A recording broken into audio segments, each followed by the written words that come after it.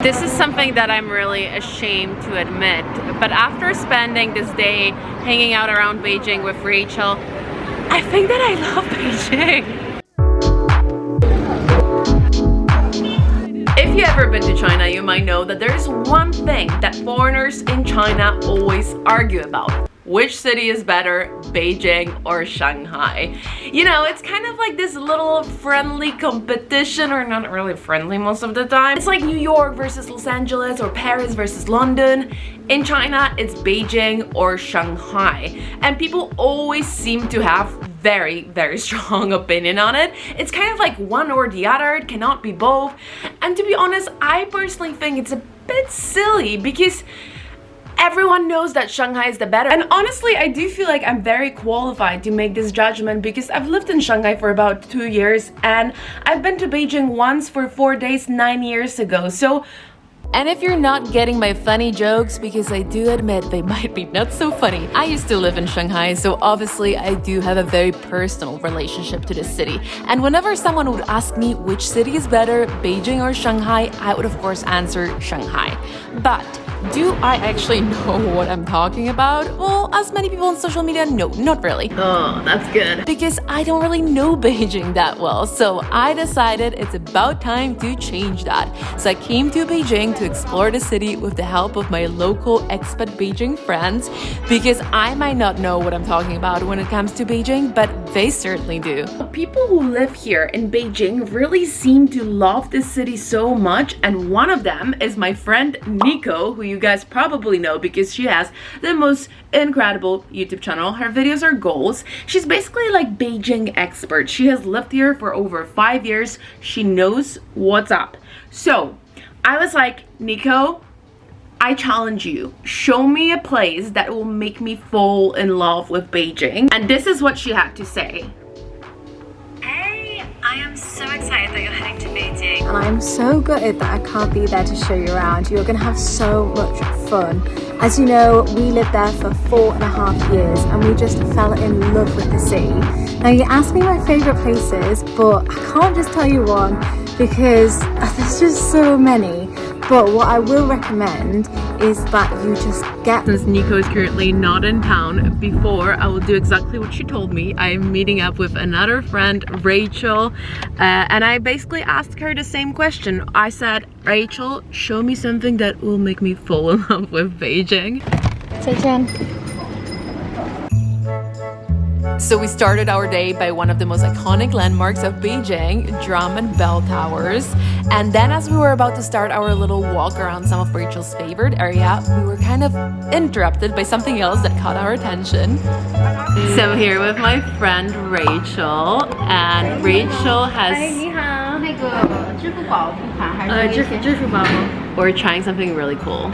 So Very excited. We're just crossing the street and then I saw this man with whole lots of bottles with orange soda, and apparently this is like a very Beijing, it's Beijing soda. Beijing soda. This is Beibingyang. This is made here. It's called Arctic Ocean in English. Arctic Ocean. Oh my god, is that the actual name? Yeah. So this is a very traditional Arctic Beijing local soda. Orange soda.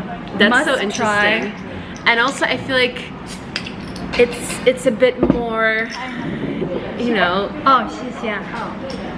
a bit more like understandable for my Western brain compared to like the green pea thing. The green pea drink. So in Chongqing I tried like their traditional drink which was green pea, and it was good, but you know, all for the experience. Well, I have to say, in Beijing there are 2 drinks that are famous, like Beibingyang, which is like an orange soda, but then there is Doja, which is like a soy milk warm drink. I'm not a fan of, but I do like soy milk, and maybe you would love it then. Local Beijing people love it. You can dip it in like, you know, with a piece of bread, youtiao. So maybe that's something you should try. I've never done that. Here. Like I only had youtiao without like, yeah, and Phoebe also told me that I should eat it with soy milk. You should. It's a very traditional experience you can try. So Rachel is basically like the expert here. She has lived in Beijing for how many? 5 years? 5 years. Okay. Can't believe it. Time flies. But so she's gonna show me some of her favorite places today. We just had amazing brunch at the Orchid, right? Yeah, How do you pronounce it? The Orchid Hotel. Orchid. They have a place called Toast, which is a really nice brunch menu. Recommend that. And now we're gonna wander around and have some Beibingyang. Cheers. Cheers.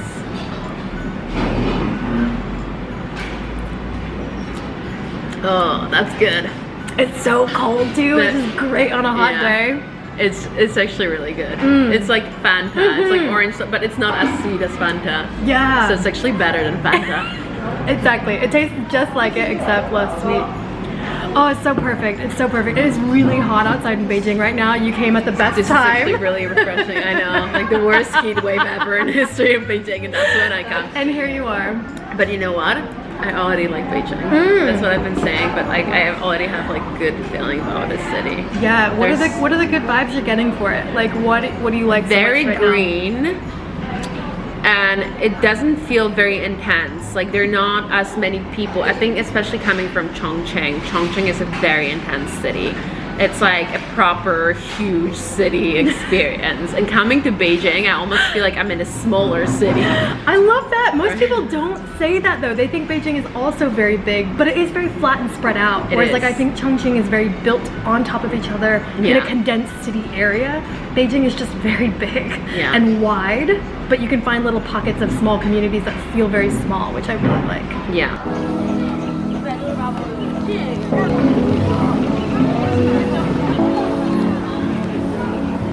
So we're walking through Hutongs right now, right? This is Hutong, Yes, right? this is like a popular walking street, Hutong area that leads to Houhai Lake. This is lots of snacks. What is the actual definition of Hutong? Little gray house in Beijing? Yeah, so the Hutongs, I think it's actually a Mongolian word. I gotta fact check that, but it used to mean like watering hole. But basically now it just means... Watering hole? Yeah, I think that's like the root word of it. I need to double check that. Interesting. But now it just means like it's these narrow alleyways in Beijing that are connected to Siheyuan, which are courtyards. So these little Hutong neighborhoods connect into courtyards where like maybe 4 families might live together in their houses all sharing the same courtyard area. Yeah. But people have also built shops and cafes and little like markets into these Hutong areas. So now it's a good location where you can see local life. Local Beijingers are still living in the Hutongs, but many of them have also been modernized, like this one, to make it a little bit more touristy. When people come to Beijing, they can enjoy local shopping and eating. Right, I love that you know so much. So Hutongs are also like very traditional thing here in Beijing. It's not something that you will see anywhere else in China, basically. It's very special to Beijing. Definitely what you must come do when you're here.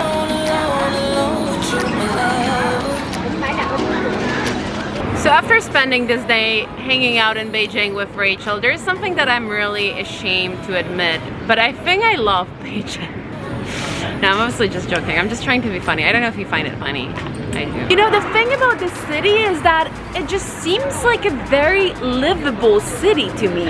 Even right now, I am walking back to my hotel. There is a sidewalk. There is no one trying to run me over. There's space on this sidewalk. There's a lot of cool street food restaurants. Green trees. Oh my god, that's another thing that I've been loving about Beijing so far. This city is actually so green. This is something that I kind of remembered from the first time that I was here, but I don't think I've realized how many trees there are here. Like this city just really is, it's just so nice. So today is my second day exploring Beijing, and it's finally time to follow Nico's instruction. So her instructions were pretty simple. Go to Lama Temple, which I have on my map right here. You asked me my favorite places, but I can't just tell you one because there's just so many. But what I will recommend is that you just get lost in the Hutongs. My favorite areas to explore, especially if you're kind of new to Beijing, is around the Lama Temple. The Hutong opposite the Lama Temple is really, really great. So anything between the Lama Temple and the Drum and Bell Tower. And I am 100% sure that getting lost won't be a big issue for me. But before we do that, I'm gonna quickly pop by this shop behind me because yesterday I saw that they're selling baozi, and if there's one thing I love in life is baozi. So this is what it looks like inside. I got my bao with veggies. Very good. So this is what I want to get. I almost made it to Lama Temple, but I unfortunately realized that there is a problem. There is a problem with Beijing, and the problem is there is too much good food here. I see too many interesting snacks on the way, and I just cannot stay focused. Like, I keep stopping constantly. Already got myself a bubble tea. Like, I couldn't resist, and it's so good. I've been really enjoying it, and I'm just in the best freaking mood ever. I don't know what it is. Like, last week I was just not feeling live. This week I'm really feeling live. Like, and then I passed by this like very traditional sort of snack shop, I guess you could say, and I saw this little bad boy, this little snowball, which I heard is a traditional snack here in Beijing. It's sweet, and it's not something I don't recall seeing it anywhere else in China, so I'm very excited to try it. And you know, just the word snack, sweet. Okay, let's try this. I'm excited. It looks nice.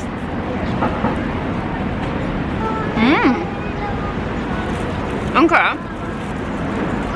It has red bean filling, I think. The outside is just like made of rice. Very nice.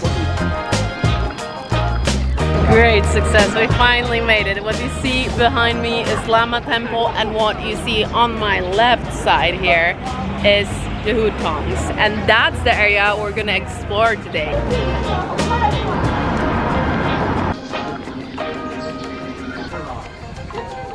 Okay, Hutongs, I am coming, and I'm gonna eat all your food. Because at this point I also realized that there's really no point of resisting all the delicious food that I see here. Not that I've been really resisting so far, but now we're just making it a thing. I'm giving myself a challenge to eat all the delicious food, all the delicious snacks I can find here in Beijing. A difficult challenge, I know, but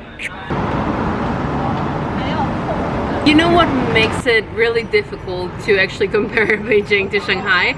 The fact that these two cities are so different. They're literally, I mean, they couldn't be more different. When I think about it, Shanghai for me has a vibe of a new city, of like future, you know, all the skyrise, crazy skyline, and then Beijing has a vibe of old city, especially when you're here in central Beijing with all the hutongs and temples. And also, I feel like Beijing is way more like Chinese, traditional old Chinese for me, compared to Shanghai that has always been way more influenced by foreigners. You know, all the old buildings that you should see in central Shanghai by the Bound are buildings that were built like a long time ago, so they're also old, but they were built by foreigners, which is not the case here in Beijing. Beijing has always been, well, the capital, not always, but it has been capital of China for a long time, and it just is way more like traditional Chinese for me. I almost feel like Beijing is a bit less overwhelming with Shanghai, and don't get me wrong, I'm not personally super overwhelmed with Shanghai, but you know, I got used to it, I lived there. But Beijing just feels like a smaller city, or it has more of like cozy local vibe to it, which is of course not because it is actually a small city. It's not. The population of Beijing is 22 million people. The population of Shanghai is 25 million people. So the difference is not very big.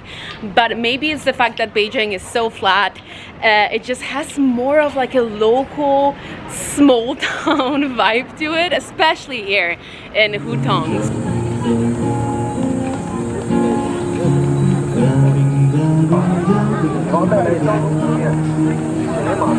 I love these small cars they have here in Beijing. I haven't really seen them anywhere else in China. They're very practical though. But this is something I've been seeing, I feel like not only here in Beijing, but also other places. I have no idea what it is, but I mean, cha means tea. Doesn't look like tea though. So maybe it's a sign, hello, to try it. Okay, so I just saw her putting ice cream into this cup, so I'm assuming it's like ice cream with tea or something. This is what I got, if I understand correctly. Thank you, 谢谢. It was 45 kwai, so quite pricey. So I didn't realize I'm getting like a massive ice cream, and since it is very hot, it's basically like melting. It's very good ice cream. I love that it has this thing where it says, I miss you in Beijing. Okay, so now I understand what I'm having right here. This is basically a cup of tea, so underneath there is tea, and on top of it they put ice cream. So you can have a nice sweet ice cream and also pretty nice sweet tea. So I don't know how refreshing it is, but You know what's another thing I've been really enjoying about Beijing? Sidewalks. There are sidewalks everywhere in the city. In general, Beijing is a very walkable city, which I absolutely love, and that way I feel like I'm very European. Like, I do not like driving in a car. I prefer walking. So if a city is walkable, it is my kind of city.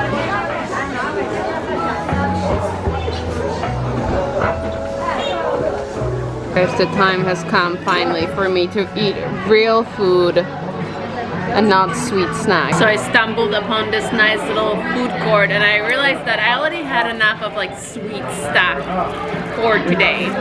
So I got myself a nice big bowl of noodles. And let's try this. Good. Not the best I ever had, but good.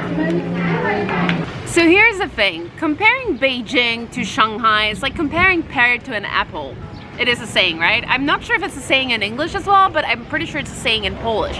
Anyways, those two cities are just so different, so comparing it doesn't really make sense. I do get it that people do it because those are the two biggest cities. Well, not really anymore, but the two most popular cities where a majority of foreigners in China live. However, I must say that after spending a couple of days here in Beijing, I totally did enjoy myself more than I expected. And after just hanging out around Hutong and central Beijing, I totally do get the hype. The city is very special. It has a very unique feel to it, and especially after now, like traveling around China, I can totally see that Beijing is just its own thing. You know, it is very different to all the other places I've seen in China. Before coming here, I always used to say that I love traveling around China, but Shanghai is the only place in China where I see myself actually like settling down and living. But now after spending some time in Beijing, I feel like, you know what? Never say never. If the right opportunity would present itself to me, I would probably not say no to Beijing because it really is a very, very cool city.